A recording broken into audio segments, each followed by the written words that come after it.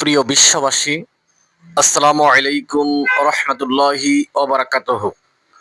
বিশ্বের যে প্রান্তে যে যেখানে আছেন সবাইকে জানাচ্ছি পহেলা মে দিবসের শুভেচ্ছা।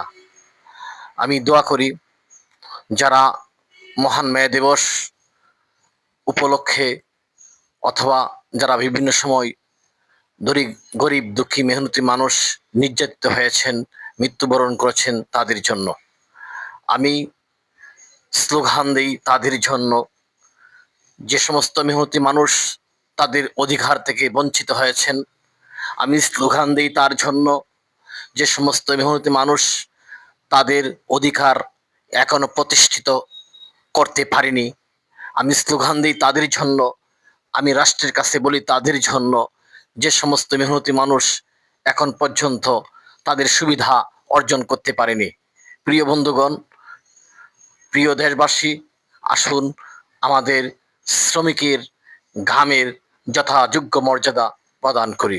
সকলকে ধন্যবাদ। সকলকে ধন্যবাদ জানিয়ে আমি আমার মে দিবসের শুভেচ্ছার বক্তব্য এখানে শেষ করছি। ধন্যবাদ।